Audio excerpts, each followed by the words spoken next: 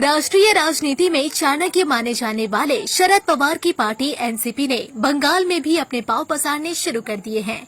इसी कड़ी में आज एनसीपी शरद पवार की ओर से हावड़ा के इंडियन मेडिकल एसोसिएशन हॉल में एक युवा मंथन सभा का आयोजन किया गया, जिसमें एनसीपी के राष्ट्रीय युवा अध्यक्ष फहाद अहमद खास तौर पर मौजूद रहे। इस प्रोग्राम का थीम था विचार से विजय तक, जिसके आयोजक थे वेस्ट बंगाल एनसीपी शरद पवार के वर्किंग प्रेसिडेंट और युवा नेता एडवोकेट अरसलन खालिद। इस अवसर पर फहाद अहमद ने सभी युवाओं से वार्तालाप किया, उनकी बातें सुनी और कहा कि आज देश का युवा नई सोच के साथ आगे बढ़ना चाहता है और जिस तरह से हमारे नेता शरद पवार ने महाराष्ट्र के अमरावती लोकसभा क्षेत्र को देश का एक मॉडल लोकसभा सबसे पहली बात है कि धड़ा जो अलग हुआ है वो फेक है। इसी मॉडल से पूरे देश में विकास हो और इसी सोच के तहत हम लोग आज बंगाल में आए हैं। वहीं उन्होंने बंगाल में हो रही कई घटनाओं पर अपनी चिंता जताई और कहा कि आने वाले साल 2026 में एनसीपी पार्टी बंगाल विधानसभा का चुनाव लड़ेगी और जिसमें अरसलन खालिद जैसे युवा महत्वपूर्ण भूमिका निभाएंगे। वहीं इस प्रोग्राम के मुख्य आयोजक अरसलन खालिद ने कहा कि आने वाले दिन हम लोग मेंबरशिप ड्राइव के लिए और भी जिलों में जाएंगे और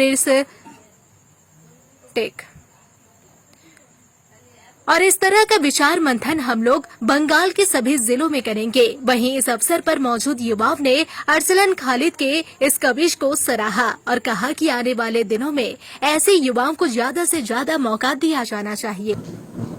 असली एनसीपी का मतलब है शरद चंद्र पवार। जहां शरद पवार का चेहरा है वो असली एनसीपी है। और आपको दिख रहा होगा कि शरद पवार का चेहरा जो है, शरद पवार साहब का चेहरा जो है हमारे पीछे भी है और गेट पे भी उनके फोटोज लगे हुए हैं। देखिए, सोच हमारी पार्टी की यही है।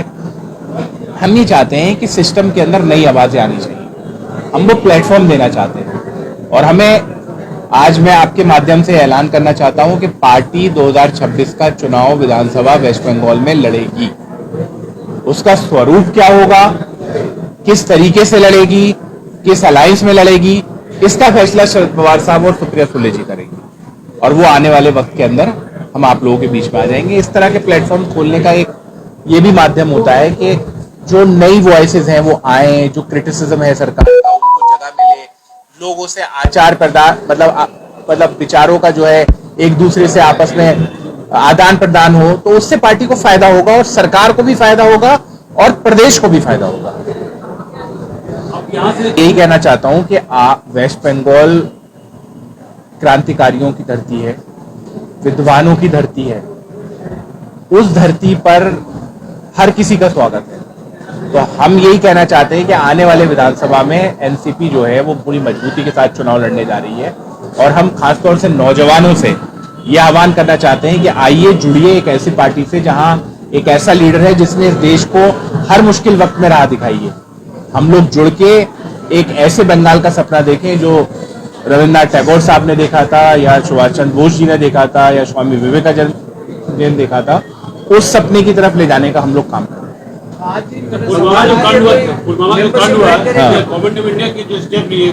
हैं। नहीं, स्टेप जो है वो गवर्नमेंट ऑफ इंडिया ने लिया, पूरा देश उनके साथ था, किसी ने कोई सवाल नहीं उठाया। लेकिन उसके बाद की जो परिस्थितियां हैं उसको लेके कुछ समझ में नहीं आ रहा है। परिस्थितियां ये समझ में नहीं आ रही हैं कि एक देश का प्रेसिडेंट यूएस का बोल रहा है कि मैंने ट्रेड के नाम पे जो है मैंने सीज फायर करा दिया। उसको लेके प्रधानमंत्री जी कोई जवाब नहीं दे रहे हैं। भाई, लोगों के बीच में आके उसके बारे में कुछ बात करनी चाहिए। हमने जितना भी देखा वेस्टर्न वर्ल्ड में कोई भी एक ऐसा देश नहीं था जिसने खुल के भारत का समर्थन किया हो। हमने इतनी सारे इस देश के प्रधानमंत्री ने जो है दौरे किए, उसका कोई निष्कर्ष निकल के नहीं आ रहा। और आज उसके ऊपर से देखिए, इस देश की जो सेना है वो बहुत बहादुर सेना है और वो पहले भी दिखा चुके हैं। भाई 1970 बंगाल से ज्यादा तो कोई नहीं जानता होगा, क्योंकि बंगाल के करीब का हिस्से को जो है तोड़ के 2 पाकिस्तान बनाए गए थे। तो मैं यही कहना चाहता हूं कि ये सरकार जो है, अब देखिए उठा किस तरह से फायदा रहे हैं। क्या नरेंद्र मोदी जी गए थे फाइटर जेट लेके? क्या अमित शाह जी गए थे, क्या नाम है, ड्रोन्स जो वहां पाकिस्तान से आ रहे थे उनको न्यूट्रलाइज करने के लिए? इस देश की सेना ने किया। आप बड़े बड़े फोटो लगा के क्या कहना चाहते हैं? आप इस देश की सेना का मजाक उड़ा रहे हैं। तो और एक बात हमेशा हमें याद रखना चाहिए मीडिया के साथियों को कि सवाल पूछने का मतलब ये नहीं होता कि हम अपने देश के खिलाफ हैं। हम तो चाहते हैं भाई देश रहेगा तब हम रहेंगे ना। अगर देश नहीं रहेगा तो देश की राजनीतिक पार्टियां कैसे रहेंगी। तो मैं यही कहना चाहता हूं कि सरकार का पूरा समर्थन करते थे जब तक ऑपरेशन सिंदूर चल रहा था, लेकिन ये कौन पूछेगा कि जो पुलवामा में 4 लोगों ने इस देश के 27 लोगों को धर्म पूछ के मारा, उनको कब पकड़ा जाएगा। ये कौन पूछेगा कि जो सिंदूर उजाड़े गए वो वहां तक पहुंचे कैसे, वो किसका फेल्योर था। भाई पहले इस्तीफे होते थे, इस तरह की परिस्थितियां कोई आती थी। ये लोग चाहते हैं इनसे कोई सवाल ना पूछे, हम बिल्कुल डंके की चोट पे सवाल पूछेंगे। आज ही मेरा सवाल है यहाँ पर कि आप यहाँ पश्चिम बंगाल में विधानसभा 2026 की लड़ाई लड़ रहे हैं। यहाँ पर आपने अपना युवा गठबंधन दिया विचार से विजय तक, लेकिन आप इंडी गठबंधन से भी जुड़े हैं। इंडी नहीं है वो, इंडिया है। पहले ठीक से बोलिए, कौन सा गठबंधन है। इंडिया गठबंधन। हाँ, इंडिया। तो जो इंडिया गठबंधन में आपकी जो यहाँ पर सरकार है वो भी आपके साथ है, ये जो युवाओं के लिए आपने जोश भरा है, ये आवाज कैसे। नहीं, आप ये देखिए कि इंडिया गठबंधन का हिस्सा कांग्रेस भी है और टीएमसी भी है, लेकिन लोकसभा का चुनाव अलग अलग लड़े थे ना। लोकसभा का चुनाव, अभी जो पिछला लोकसभा का चुनाव हुआ था तो कांग्रेस और टीएमसी अलग लड़ी थी या नहीं। नहीं, कांग्रेस और टीएमसी भी अलग लड़े थे ना। बंगाल में अलग लड़े थे नहीं। तो मेरा कहने का ये मतलब है कि वो जो परिस्थितियां बनेंगी उस पर टॉप लीडरशिप फैसला लेगी। आज ये फैसला हो गया है कि हम चुनाव लड़ेंगे, किस स्वरूप में लड़ेंगे वो शरद चंद्र पवार साहब जो है डिसाइड करेंगे। एक बात और, 2019 में भी एनसीपी का यहाँ एक मीटिंग हुआ था। हाँ, इसके बाद कोई नामो निशान नहीं है। कहीं ये भी नहीं हो आज आप लोग मीटिंग के बाद आप लोग को कुछ दिखाई नहीं। नहीं, पहले जो है एक युवा साथी हमने आपके बीच में नहीं दिया था, अब दे दिया है। अब ये जो है, हुआ था। हाँ, 2019 ये अरसलान थे क्या उस मीटिंग में। नहीं। मैं था। हाँ, तो अब जो कल की बात पुरानी नए दौर में लिखेंगे, हम मिलकर नहीं कहा। अलीगढ़ में मूक लिंचिंग का मामला पेश आया। 4 मुस्लिम नौजवानों को गाय के शक में बुरी तरह मारा पीटा गया। ये सिलसिला कब थमेगा। देखो, ये सिलसिला तब थमेगा जब इस देश के अंदर आरएसएस और बीजेपी का आतंक खत्म होगा। ये दलाली करते हैं। मैं खुल के डंके की चोट पे बोल रहा हूं कि ये जो बजरंग दल के नाम पर इन लोगों ने संगठन बना रखे हैं, उस संगठनों में ये क्या करते हैं, लोगों से पैसे वसूलते हैं क्या। अच्छा, और ये आजकल गाय गौकशी का जो धंधा सबसे ज्यादा कर रहा है वो कौन कर रहा है, वो बजरंग दल के लोग कर रहे हैं। वो करते क्या है कि पैसा लेते हैं, जो लोग पैसा दे देते हैं उनको छोड़ देते हैं, जो नहीं देते होंगे। और देखिए, इस देश के अंदर गौ हत्या नहीं होनी चाहिए।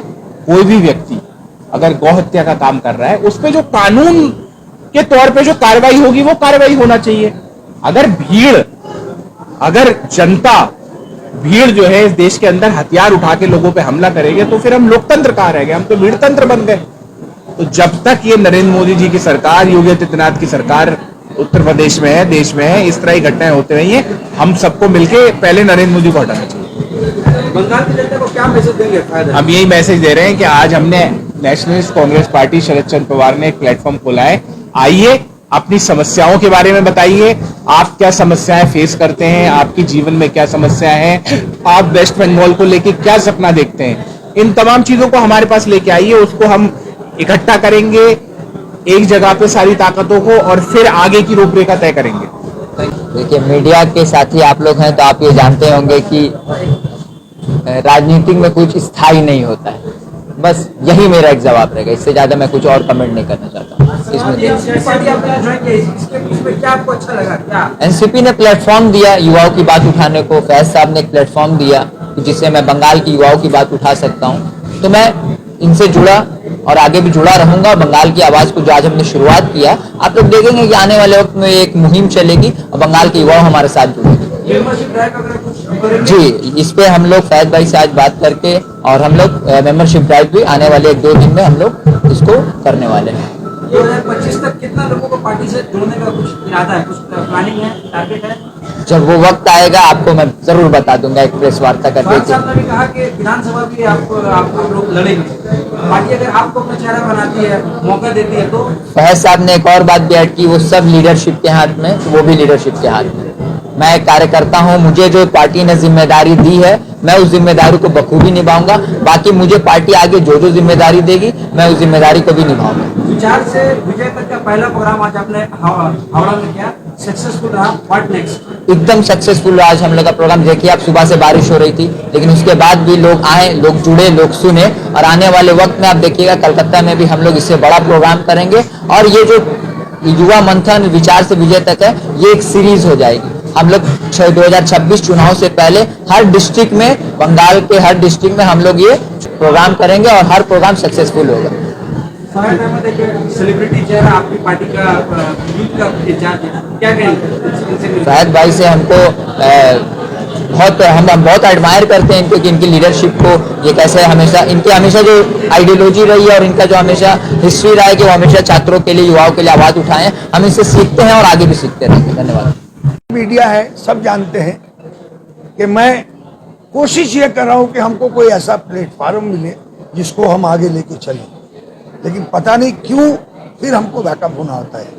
तो एनसीपी जो आज हम करना चाह रहे हैं, क्योंकि शरद पवार जी एक अच्छे नेता हैं, उनमें जिगर है लड़ने का, और फरहाद साहब जो है ये भी नौजवान है। तो हमको ये लगा कि हमको इसके साथ रहना चाहिए। और बाद बाकी मीडिया में हमारे जितने भी मित्र हैं सब जानते हैं, ये कोशिश से कभी मैं पीछे नहीं हटा, हमेशा लड़ने की कोशिश की। लेकिन जो बोलते हैं ना, चूटी चढ़ते चढ़ते चढ़ते एक बार चढ़ जाती है, वही मेरा प्रोग्राम है। आज नहीं तो कल जरूर चढ़ेगी, ये मेरा वादा है।